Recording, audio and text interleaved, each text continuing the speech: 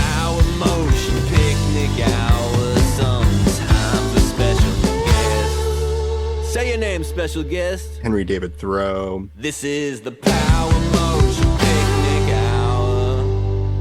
Hello, everyone, and welcome to another edition of the Power Motion Picnic Hour. As always, I'm your host, Dave, and as always, alongside me is Trevor. Trevor. What's happening? How are you? I'm doing well, Dave. I'm doing quite well. How about yourself? I'm doing great. I decided to go back with the traditional intro. It just felt right. So that's how it's going to be this week. And yeah, we'll see what happens next week. Life's unpredictable like that. It's totally unpredictable. Where do you want to start? Maybe weekend running? Yeah, maybe we can running. I've been doing a lot of running. I pulled a muscle in my arm lifting, and I don't know how long that takes to heal. And I don't know if our listeners could advise me on that. They're very knowledgeable about running, but I don't know how much they know about strength training and and stuff like that. But so anyway, all that means is I've been doing more running than usual. That's So great. yeah, so a lot of nothing too long, nothing longer than 8 miles, but a lot of 8 mile runs, uh, a bunch of 4 or 5, 10Ks as well. So yeah, running's been great, and I've just been loving it. Some on the treadmill with super incline, and some in Central Park, and a little bit by the river as well. How many miles do you think you ran this week? um, I took one day off, so I guess probably averaging like 7 miles a day. So I guess 42. Nice. That'd be, That's a huge weekend running. that would be my guess. Yeah. Or yeah, somewhere between, let's say between 36 and 42. So maybe I don't maybe a 6 mile average a day is more realistic. see. I don't think maybe at my peak I ran a 40-mile week, but I don't think I rarely would get above 30. Oh, actually I took a day off to do just like strength, lower body strength. So Well, that's good for running too. yeah, so maybe let's say 35 miles. This was a great week in running. Let's just pause here and acknowledge that this was a phenomenal week in running for you. It was super fun, and I needed to work in more strength, and I did it on, I guess that was Saturday, and just squats and lunges and um, leg curls and leg press, stuff like that. And actually, I did do a little running that day anyway, just as a warm up. I ran a couple miles, but then it totally like destroyed my legs. It was amazing, and then I ran 8 miles on that the next day, and then And I then took you it. kept Then running. yeah, and Yeah, then I took a day off. that's the best. I mean, congratulations. I got to say, I'm even more excited about this achievement than even your LA marathon. Oh, thanks. Well, I guess if I did have more arm injuries, we know that my running would benefit greatly. Yeah, they say upper body strength training is sort of like a little bit counter to running strength building and Yeah, training. it has nothing to do with running. It's pure glamour muscles, and I mean, like I guess it's nice to be strong everywhere, but Yeah. it comes in handy. Like if you're applying for a job and it's like, are you able to lift 50 pounds over your head? And then you're like, oh yeah, I could lift way more than 50 pounds. Yeah, try me. I could do, who knows, Yeah. uh, but Yeah. it's nice. But yeah, anyway, the point is it's not helpful for running. No, no, not at all. Yeah, Coach Friend will sort of cycle between training for climbing and running, and they're almost like completely opposite in terms of what you have to sort of work on. Yeah, totally. Um, It's important but to remember that life isn't just about running. Life is also about lifting weights yeah, and other stuff too, probably. Yeah. I feel like Alex Honnold like ran, and you'd expect like somebody in that ridiculous shape to just be able to like, oh, he can just go like run something big, but he did it, and yeah, he's obviously a phenomenal athlete and was able to do it, but like was like, yeah, like I was not at all properly conditioned for that. Um, Who are we talking about? um, Alex Honnold, the free solo Oh, climber. oh, If you cool. know that documentary, Free Solo. No, I couldn't name a climber.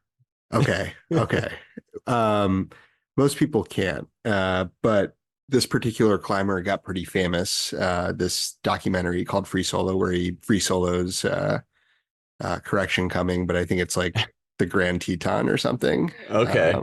No, it's something in Yosemite. That's what it Oh, is. It's something. It's like some like classic climbing route in Yosemite, which you can hear more about on the Power Motion climbing hour, yeah, yeah, exactly. or offshoot, And free uh, solo, that means without ropes. without ropes. Correct. Yeah. I knew that. I thought I knew.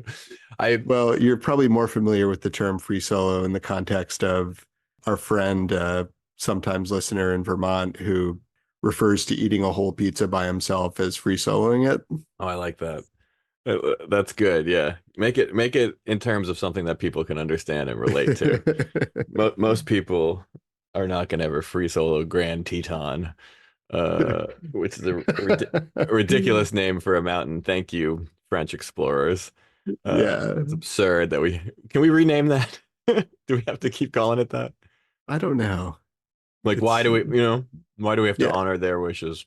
I don't know. I don't know. Would it be like a diplomatic incident with France if we renamed the Grand Tetons to something more family friendly and less less juvenile? I feel like at this point in the episode, I guess one a little behind the scenes of the Power Motion Picnic Hour is that we rarely, if ever, I'd say never fact check ourselves live. The phone is usually away. Like we'll Yeah. reference notes or whatever, but we're usually not looking stuff up live because we decided Yeah. that's not very good podcasting right there. No, aside from Zdeno Chara's marathon times, I don't look anything up live. Oh yeah, I mean, like an occasional thing like that, but not like. I mean, at this point, I do want to know. I mean, I think it's Yosemite that was free soloed, but we'll find out. I mean, Yeah. we'll find out. That's one of the great joys about podcasting live and unhinged. Yeah. Is that it doesn't matter how confident you are, the truth will come out eventually. Yeah, yeah. So how was your week in running? Oh, well, thank you for asking. So I'd say my achievement this week was I did 8 miles of gardening on Saturday. Okay. That's I yeah, you gotta move around while you're doing that. Yeah, I flipped the Strava, on for gardening, and I was gardening for about 6 hours, four of which was moving time, and I did over 8 miles. That's amazing. You're like a soccer player, right? Like they say like a soccer player runs like 7 miles during a match. So what were you doing? Moving bags of mulch and stuff like that? Bags of mulch, like wheelbarrows full of dirt, and yeah, like moving brush around and stuff. Well, if you go by like Mr. Miyagi's method, like that should train you up to win a marathon right there. So I'm just ready. yeah, just do something else and I that'll train you. I hear I'm running a random regional marathon in 2025, so Oh, this is that's the right. start of my training. Yeah, why not use children's films from the 80s as a as a source of your method? Yeah, but so Oh, yeah, I yeah. mean that was my weekend running. Okay.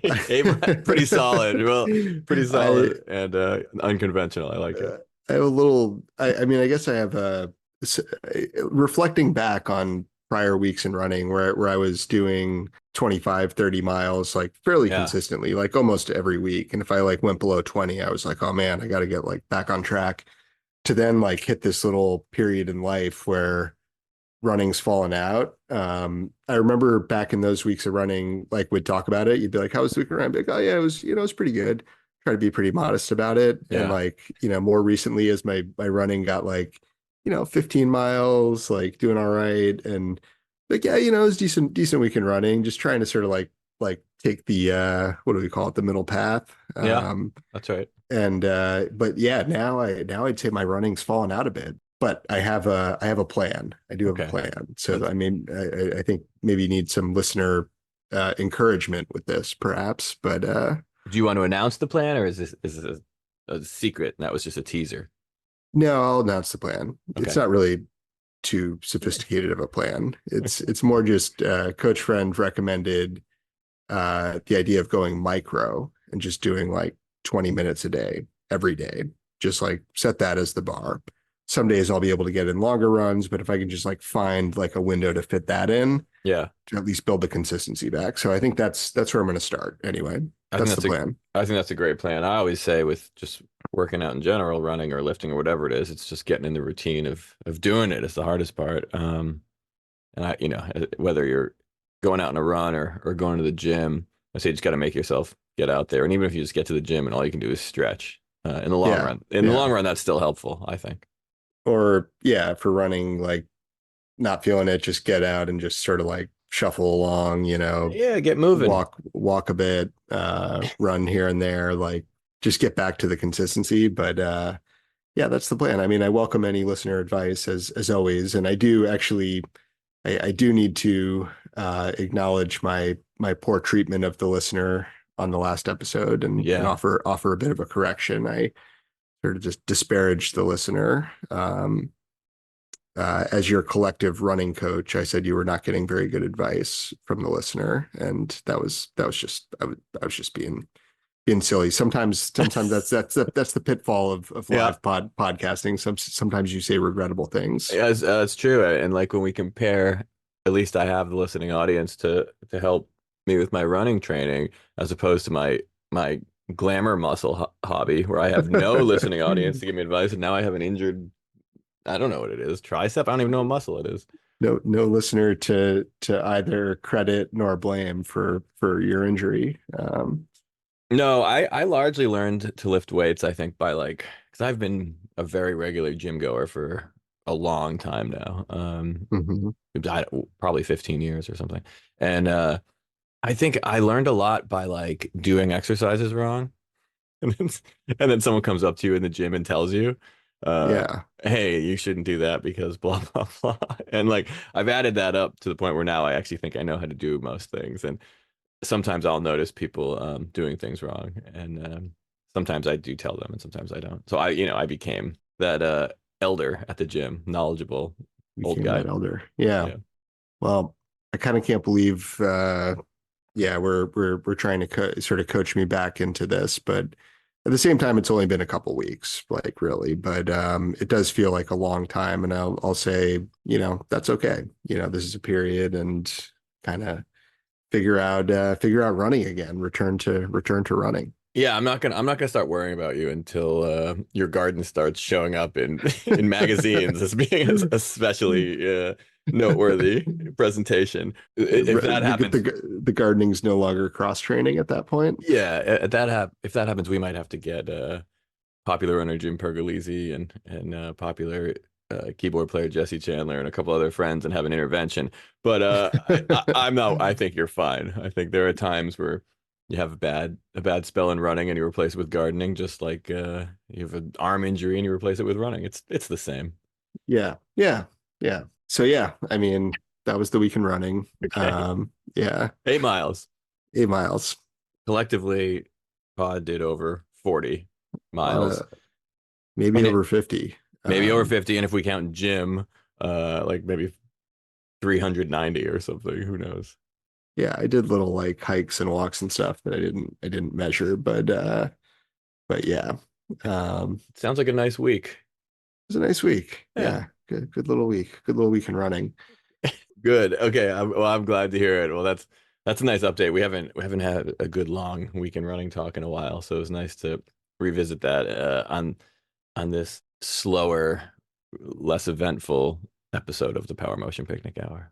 Well, we've had a couple great special guests. We'll get right back to that, but yeah, sometimes it's nice to have a little sort of meandering episode where we go on. But we did I don't know if you want to go to this now, but we did have I think a song of the week segment, a very Yeah, special one. I think we should do that.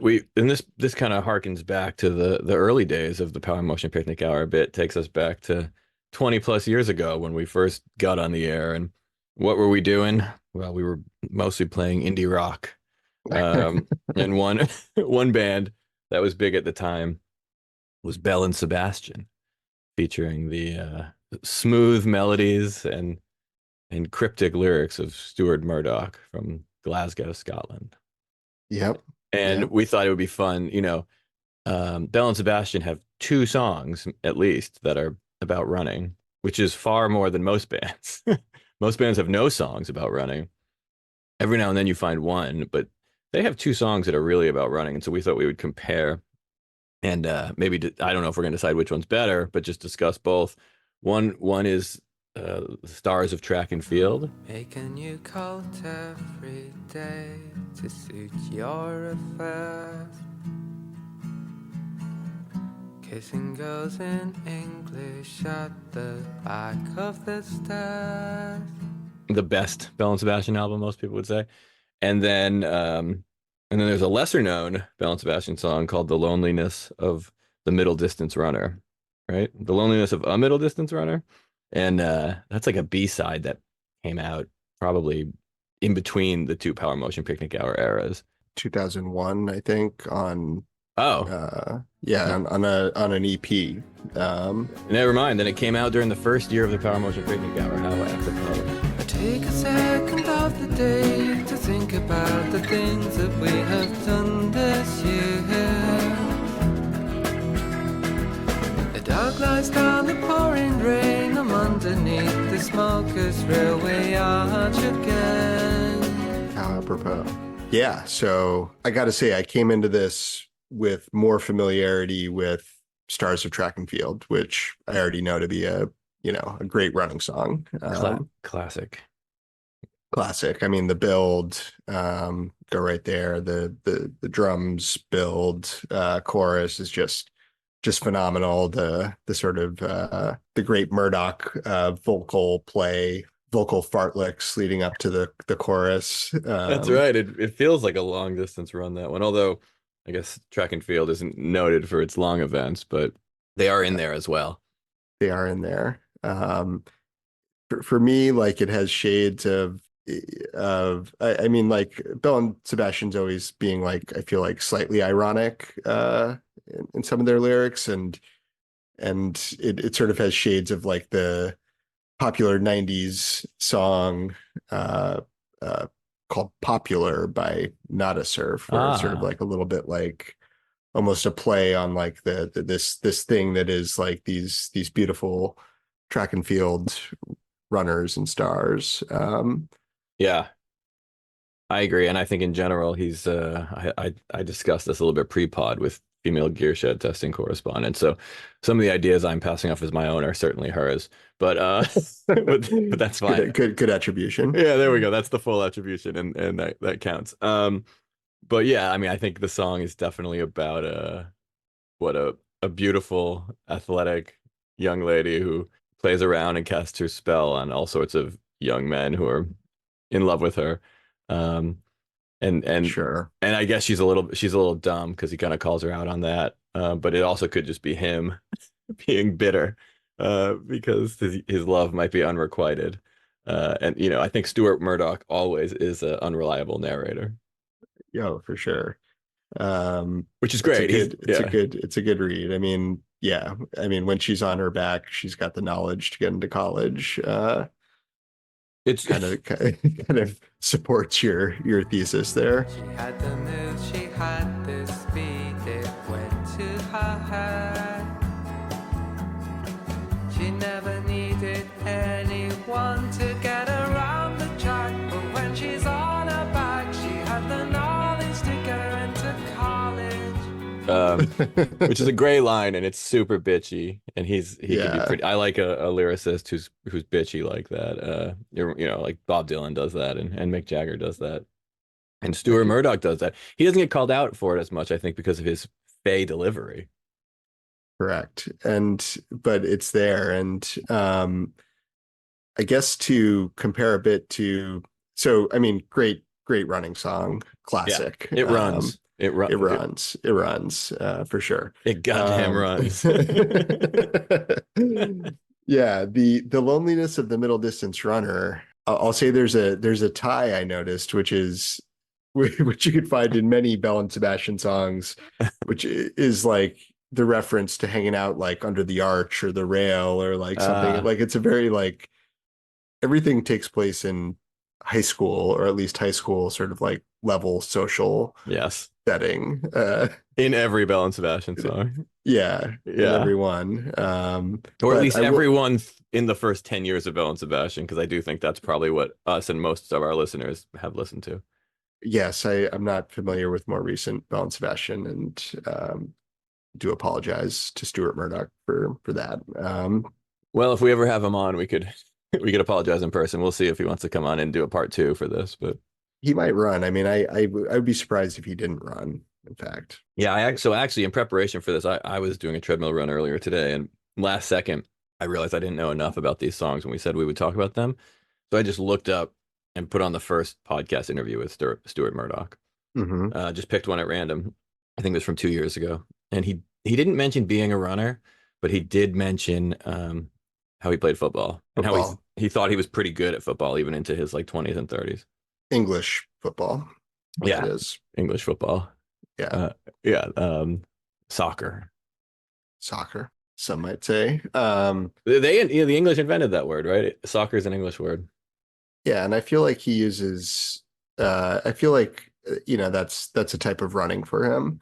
The loneliness of the middle distance runner was an interesting contrast for me because at first, and I wasn't as familiar with this song. I might not have ever heard this song Hmm. before. If I did, it was a long time ago. I certainly didn't recall it specifically, but I was delighted by um, the start that sort of struck me as almost like Basement Tapes era, like band with that like Hammond or Wurlitzer or whatever. Yeah, whatever That that is. they just like kick right into it. I like Great. that a lot. Yeah, great instrumentation. I think in Bell and Sebastian pulls off a lot of interesting instrumentation a lot of times. And I think this song has the best guitar solo I've ever heard in a Bell and Sebastian song.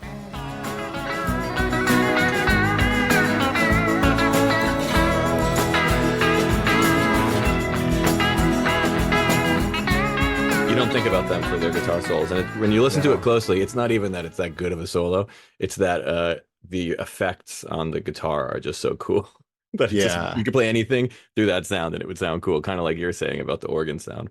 kind of towards the end, right? And then I feel like at some point it just sort of like peters out too, and the organ just dies, and like that's the ending too. It's got like a sort of good sort of like raw intro outro, and then just a lot of classic Bell and Sebastian Oh stuff yeah. in between. And so it definitely runs for me. It's I right now I'm more excited about the song because I've heard Stars of Track and Field like a million times, and it's still great, but this one is more surprising and new. It has a lot more for me to still discover.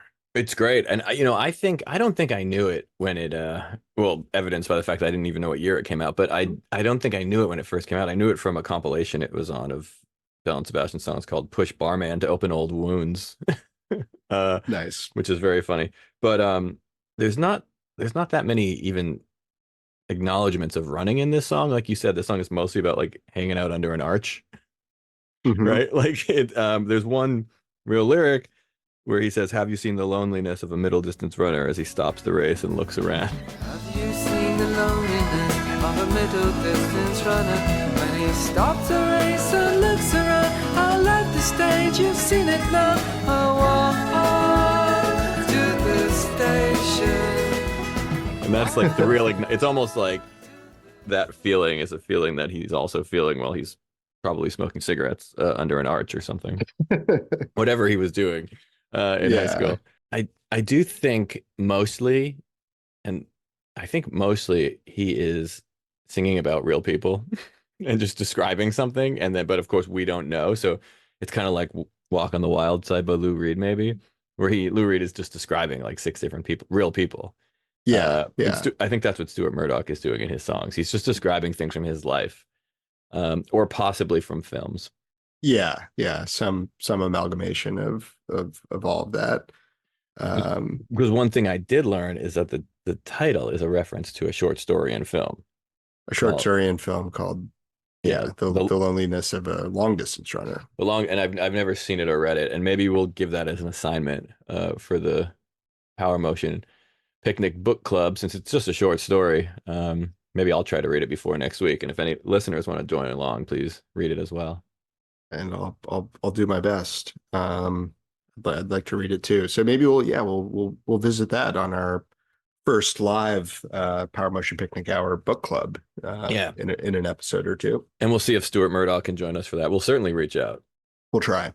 I also noticed that there's a Iron Maiden song, "The Loneliness of a Long Distance Runner," which you have to imagine is a reference to the same short story in the film. Oh, cool. I've never heard it. I gotta listen. I don't really listen to a lot of Iron Maiden. I don't either. I think most people, at least that I've met in my life, including myself, are more familiar with like the iconography of Iron Maiden than they are the music. Oh yeah. Great, great. He's got a name, that character, right? That skeleton character. It might be the Trooper, which is also a song. Wow. You know more about Iron Maiden than me. The, I've learned a lot from my young apprentice oh, that's right. who's getting into metal. Forgot you've got a metalhead living in your house. Yeah, who is convinced the youngest apprentice that his favorite metal band is Iron Maiden. I mean, that objectively, that sounds like a cool choice, if not a band I'm into. It's a cool choice because you don't actually have to listen to them, nor can anybody challenge you on them because they have also not heard Iron Maiden in any deep level. But I did listen to the song. Yeah. I'll put it in as a bonus song of the week and say it's largely a vehicle for what I first, when I was listening, thought was a two guitar attack Mhm. in the vein of like Molly Hatchet or I'm not gonna put Thin Lizzy in the same camp here. Similar in that there's two guitars, but I'd say more of a Molly Hatchet style two guitar attack, which I later would learn through my brief research is actually a three guitar army. Okay. I like that we're getting the terminology right here, which is nice. Um, Well, language is important, yeah. but yeah. So anyway, yeah, they definitely attack with the army Okay. for long sections of the song. I'll give it a spin. I don't listener at home, if you want to give it a spin, but if you don't, that's fine. I remember first semester in college, I was in macroeconomics on the first day. A classmate of ours approached me after class because I was wearing a Dropkick Murphys t-shirt.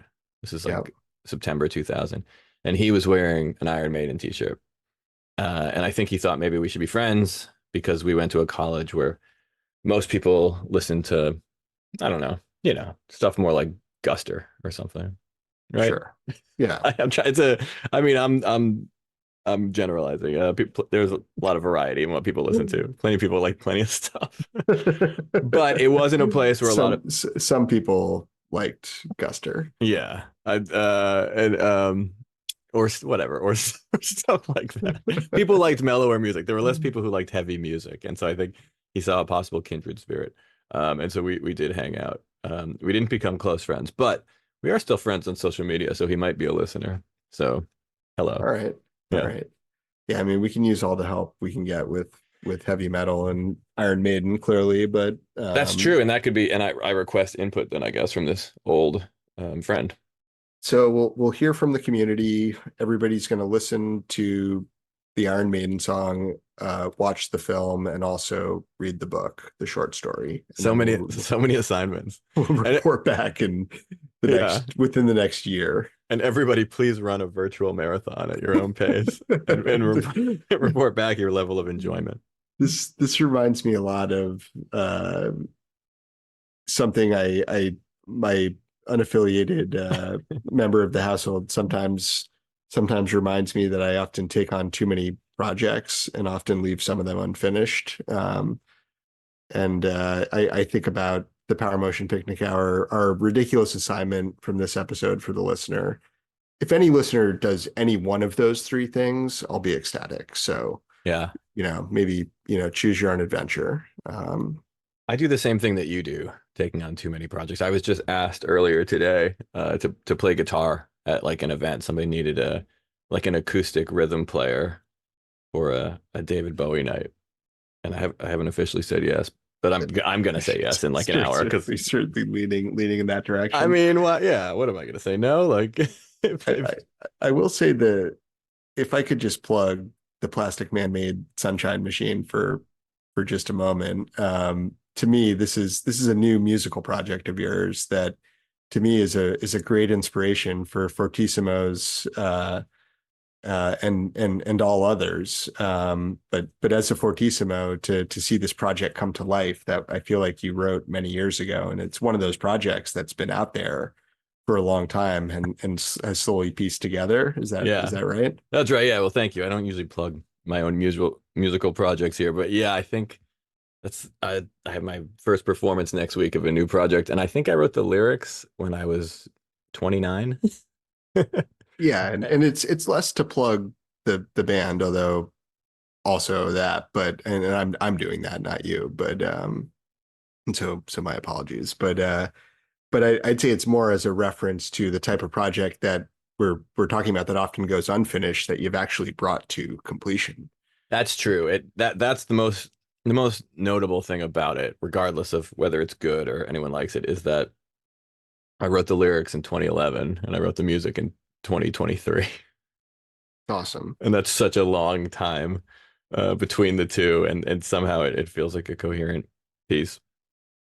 That's great. I mean, I think that's an interesting concept in art is like sort of when things are finished or how things are finished, and some things taking like incredibly long amounts of time, other things coming together very quickly. But anyway, it's inspirational to me as somebody with a lot of projects sort of floating out there. You can finish them, and that's another question we can ask Stuart Murdoch when he's on next week. Yeah, because because he in the interview I heard with him, he mentioned they asked about how he writes songs, and he said he always has a melody before he writes any lyrics, and he didn't. Interesting. Yeah, and I'm actually very different. I usually write full sets of lyrics before any music. I've written both ways. I usually write best and like quickest with some sort of like concept that's there, and then I just need to put it down. Yeah. I Um, mean, Murdoch's good, so I'll take his his his approach into consideration. Although that's actually how I wrote more when I was a young man, as yeah, a teenager, and I eventually moved away from it. But I did start out with the Murdoch approach for years. yeah. Well, I guess so. I don't know if we have more to say about the song. I think I read. Did I read? I read the quote I like. The rest of it is just about what hanging out at a train station. Oh, I I like the guess line. I like the line where he says, "The railway ticket states the destination, but it doesn't mean that we will show. I like that. There's a fork upon the line. We'll pay the guard to switch the signs. Off we go." I like that. Yeah, that's De a good one. Devilish, Stuart. It's that's not real, but I like the impulse. Yeah.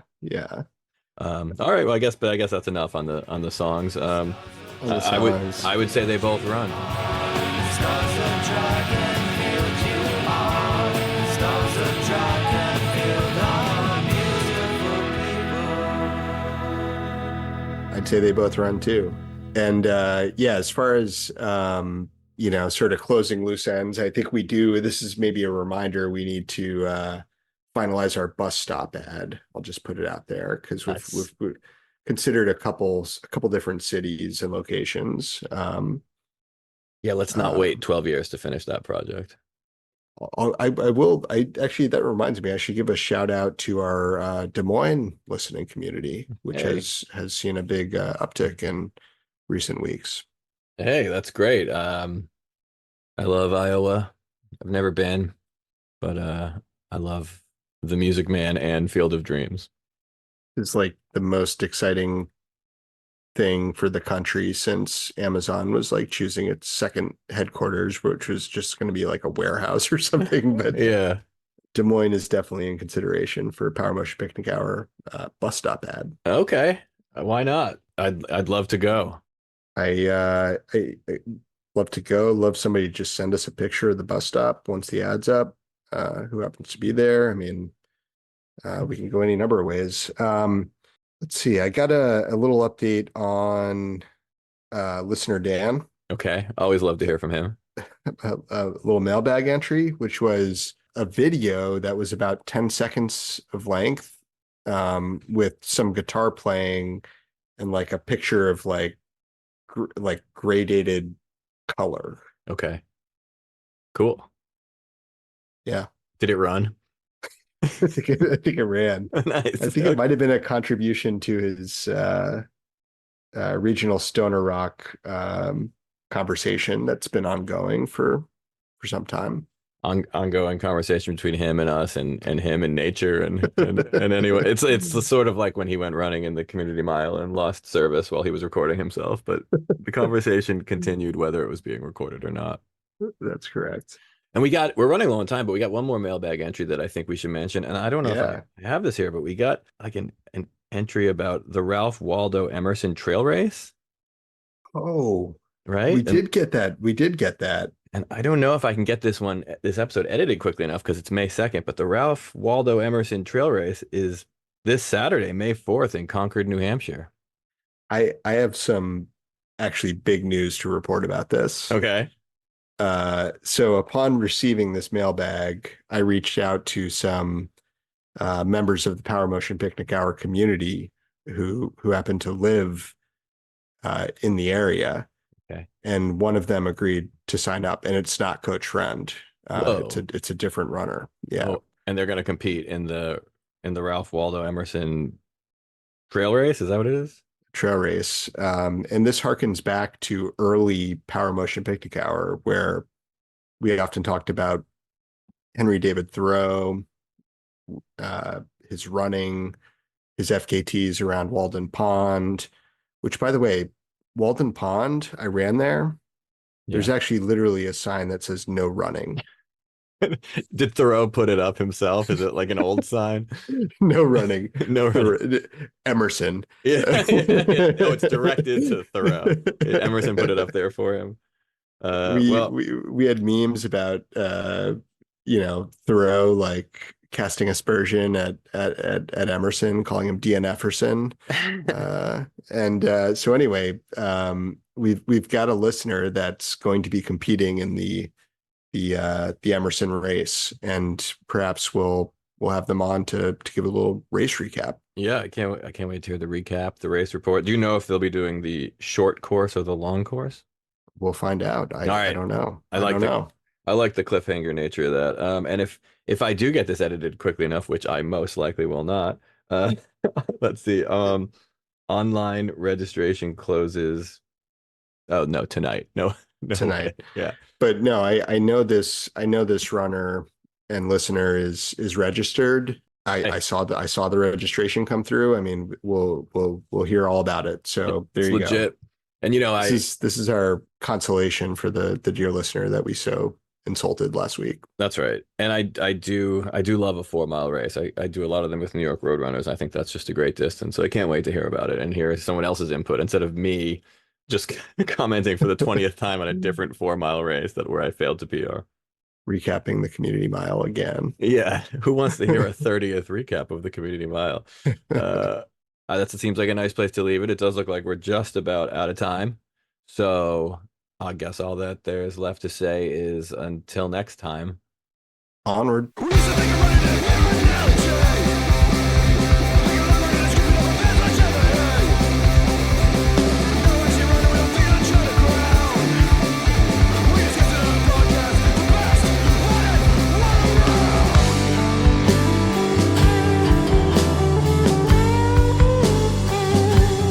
This is the Power Motion Picnic Hour, your favorite of the few, with a mile of opinions that we're glad to share with you. This is the Power Motion Picnic Hour, you deserve nothing less. The Power Motion Picnic Hour, sometimes a special guest. Say your name, special guest. DNFerson. This is the Power